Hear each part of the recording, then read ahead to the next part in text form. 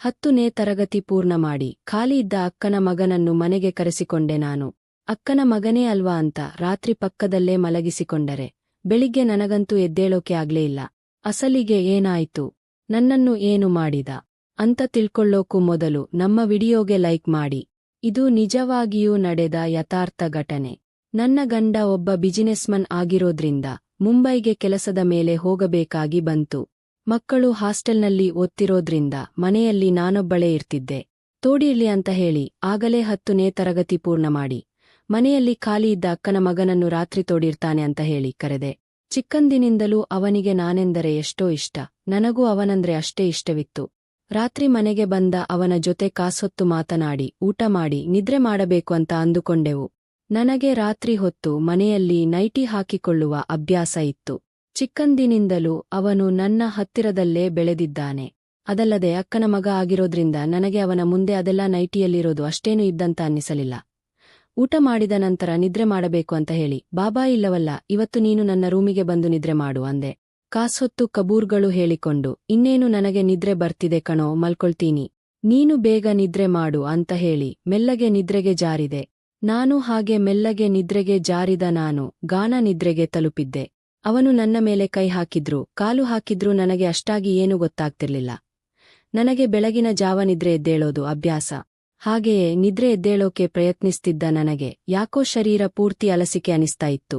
ಮೇಲೆ ಎದ್ದೇಳೋಕೆ ಆಗ್ತಿರ್ಲಿಲ್ಲ. ನನಗೆ ಯಾವಾಗಲೂ ಹೀಗನಿಸಿಲ್ಲ. ಪಕ್ಕದಲ್ಲಿದ್ದ ಅವನನ್ನು ನೋಡಿದರೆ ದುಪ್ಪಟಿ ಹೊದ್ದುಕೊಂಡು ಗಾಢ ನಿದ್ರೆಯಲ್ಲಿ ಇದ್ದಾನೆ ಅನಿಸ್ತಿತ್ತು. ಹೇಗೋ ಮೇಲೆ ಎದ್ದು ವಾಶ್ರೂಮ್ಗೆ ಹೋದೆ. ನನಗೇನೋ ತುಂಬಾ ಹೊಸತಾಗಿ ಅನಿಸ್ತು. ನನ್ನ ಮೇಲಿನ ವಸ್ತ್ರಗಳು ಬಿದ್ದಿದ್ವು. ಕೆಳಭಾಗದಲ್ಲೂ ಯಾಕೋ ಸ್ವಲ್ಪ ನೋವು ಅನಿಸ್ತಿತ್ತು. ರಾತ್ರಿ ನನ್ನ ಶರೀರದ ಮೇಲೆ ಏನೋ ನಡೆದಿದೆ ಅನ್ನೋ ಆಲೋಚನೆ ಬಂತು ನನಗೆ. ರಾತ್ರಿ ರೂಮಿನಲ್ಲಿ ಇದ್ದದ್ದು ಇಬ್ಬರೇ ತಾನೆ. ಅವನು ಚಿಕ್ಕ ಹುಡುಗ, ಅಂತಹದೇನೂ ನಡೆದಿರಲ್ಲ ಅಂತ ನನಗೆ ನಾನೇ ಹೇಳಿಕೊಂಡು ಎಂದಿನಂತೆ ಕೆಲಸಗಳಲ್ಲಿ ಮುಳುಗಿದೆ. ಅದೆಲ್ಲ ಮರೆತು ಮಾಮೂಲಿಯಾಗಿಯೇ ಇದ್ದೆ. ಮತ್ತೆ ರಾತ್ರಿಯಾಯಿತು. ಊಟ ಮಾಡಿ ನಿನ್ನೆಯಂತೆ ಇಬ್ಬರು ಕಾಸೊತ್ತು ಕಬೂರ್ಗಳು ಹೇಳಿಕೊಂಡು ನಾನು ನಿದ್ರೆಗೆ ಜಾರಿದೆ. ಇವತ್ತು ನನಗೆ ನಿನ್ನೆಯಷ್ಟು ಅಷ್ಟೊಂದು ನಿದ್ರೆ ಬರಲಿಲ್ಲ. ಸ್ವಲ್ಪ ಮೆಲುಕುವಿನಲ್ಲೇ ಇದ್ದೆ. ಇಷ್ಟರಲ್ಲಿ ಅವನ ಕೈ ನನ್ನ ಭುಜದ ಮೇಲೆ ಬಿತ್ತು. ನಾನೇನೋ ನಿದ್ರೆಯಲ್ಲಿ ಹಾಕಿರ್ತಾನೆ ಬಿಡು, ಚಿಕ್ಕಪ್ಪನ ಮಗನಲ್ಲವೇ, ಚಿಕ್ಕಂದಿನಲ್ಲಿ ಹೀಗೆಯೇ ತಾನೇ ನಿದ್ರೆ ಮಾಡ್ತಿದ್ದ ಅಂತ ಹೇಳಿ ಪರ್ವಾ ಮಾಡ್ಲಿಲ್ಲ ನಾನು. ಇಷ್ಟರಲ್ಲಿ ಆ ಕೈ ಮೆಲ್ಲಗೆ ನನ್ನ ಭುಜದ ಮೇಲಿಂದ ಕೆಳಗೆ ಬರೋದು ನನಗೆ ಗೊತ್ತಾಯ್ತು. ನಾನು ಪಕ್ಕಕ್ಕೆ ಸರಿಸಿದೆ. ಕಾಸೊತ್ತಿನ ನಂತರ ಮತ್ತೆ ಆ ಕೈ ಹಾಗೆಯೇ ನನ್ನ ಮೇಲೆ ಬಂದು ಮತ್ತೆ ಹಾಗೆಯೇ ಮಾಡ್ತಾ ಬಂತು. ತಕ್ಷಣ ಕಣ್ಣು ತೆರೆದ ನಾನು ಅವನ ಕಡೆಗೆ ತಿರುಗಿ, ಏನು ಮಾಡ್ತಿದ್ದೀಯಾ ಕಣೋ, ಅಸಲಿಗೆ ಚಿಕ್ಕಮ್ಮನ ಜೊತೆ ಹೀಗೆ ಯಾರಾದರೂ ವರ್ತಿಸ್ತಾರಾ? ಹಾಗಾದ್ರೆ ನಿನ್ನೆ ರಾತ್ರಿಯೂ ನೀನು ಹೀಗೆ ಮಾಡ್ತಿದ್ದೀಯಾ ಅಂತ ಅವನನ್ನು ಗಟ್ಟಿಯಾಗಿ ಕೇಳಿದೆ. ಅವನು ಏನು ಮಾತಾಡದೆ ನನ್ನನ್ನು ಹಾಗೆಯೇ ನೋಡ್ತಾ ಇದ್ದ. ಏನೋ ಕಣೋ, ನಾನು ಇಷ್ಟೆಲ್ಲ ಕೇಳ್ತಿದ್ದರೂ ನೀನು ಏನು ಮಾತಾಡದೆ ನನ್ನನ್ನು ಹಾಗೆಯೇ ನೋಡ್ತಾ ಇದ್ದೀಯಾ? ಇರು, ನಿಮ್ಮಪ್ಪನಿಗೆ ಖೋನ್ ಮಾಡಿ ಹೇಳ್ತೀನಿ ಅಂತ ಅವನನ್ನು ಬೆದರಿಸಿದೆ. ಆಗಲೂ ಅವನಿಗೆ ಭಯವಾಗಿ ಕಣ್ಣಲ್ಲಿ ನಿಧಾನವಾಗಿ ನೀರು ಬರೋದನ್ನ ನಾನು ಗಮನಿಸಿದೆ. ತಪ್ಪು ಕಣೋ, ದೊಡ್ಡವರ ಜೊತೆ ನೀನು ಹೀಗೆ ಮಾಡಬಾರದು. ನಾನು ನಿನಗೆ ಚಿಕ್ಕಮ್ಮ ಆಗ್ತೀನಿ ಅಂದ್ರೆ ಅಮ್ಮನ ನಂತರ ಅಮ್ಮ. ನನ್ನಂತವಳ ಜೊತೆ ನೀನು ಹೀಗೆಲ್ಲ ಮಾಡಬಹುದಾ ಅಂತ ನಿಧಾನವಾಗಿ ಹೇಳಿ ನೋಡಿದೆ.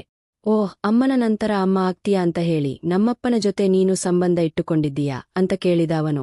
ನನಗೆ ಒಂದೇ ಸಲ ಮತಿ ಹೋಯ್ತು. ಏನು ಮಾತಾಡ್ತಿದೀಯಾ?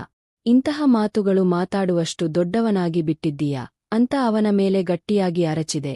ಅಮ್ಮ ಮನೆಯಲ್ಲಿ ಇಲ್ಲದಿದ್ದಾಗ, ಬಾಬಾಯಿ ಊರಿಗೆ ಹೋಗಿದ್ದಾಗ ನೀನು ಅಪ್ಪ ಸಿಗೋದನ್ನ ನಾನು ನೋಡಿದ್ದೆ. ಚಿಕ್ಕಮ್ಮ ನಿನಗೆ ಸಂಬಂಧಗಳನ್ನ ನೋಡೋದು ತಪ್ಪು ಅನಿಸಲಿಲ್ಲ. ಆದ್ರೆ ನಾನು ಕೈ ಹಾಕಿದ್ರೆ ನಿನಗೆ ತಪ್ಪು ಅನ್ನಿಸ್ತಿದೀಯಾ? ಅಕ್ಕನ ಗಂಡನನ್ನು ಮತ್ತೊಬ್ಬ ತಂದೆಯ ಸ್ಥಾನದಲ್ಲಿ ನೋಡಬೇಕು ಅಂತ ಹೇಳಿ ಎಷ್ಟೋ ಮಾತುಗಳನ್ನು ಹೇಳಿದ ನಿಮ್ಮಂತ ದೊಡ್ಡವರೇ ಹೀಗೆ ಒಬ್ಬರ ಜೊತೆ ಒಬ್ಬರು ಸಂಬಂಧಗಳನ್ನು ಇಟ್ಟುಕೊಂಡು ನೀಚವಾಗಿ ವರ್ತಿಸ್ತಿದ್ದೀರಿ. ಹಾಗಾದ್ರೆ ನಿಮ್ಮನ್ನ ನೋಡಿ ಬೆಳೆಯೋ ಮಕ್ಕಳಾದ ನಮಗೆ ಒಳ್ಳೆಯದು ಕೆಟ್ಟದು ಅನ್ನೋದು ಹೇಗೆ ಗೊತ್ತಾಗುತ್ತೆ? ಮಕ್ಕಳಿಗೆ ಒಳ್ಳೆಯದು ಕೆಟ್ಟದು ಕಲಿಸಬೇಕಾದ ನೀವು ಸಂಬಂಧಗಳನ್ನು ಇಟ್ಟುಕೊಂಡು ಏನು ಕಲಿಸೋಕೆ ನೋಡ್ತಿದ್ದೀರಿ? ಅಸಲಿಗೆ ನೀನು ಸಂಬಂಧ ಇಟ್ಟುಕೊಂಡು ಸಂತೋಷವಾಗಿದ್ದೀಯಾ? ಆದ್ರೆ ಅಲ್ಲಿ ನಿನ್ನ ಅಕ್ಕನ ಬಗ್ಗೆ ಒಂದು ಸಲನಾದ್ರೂ ಯೋಚಿಸಿದೀಯಾ?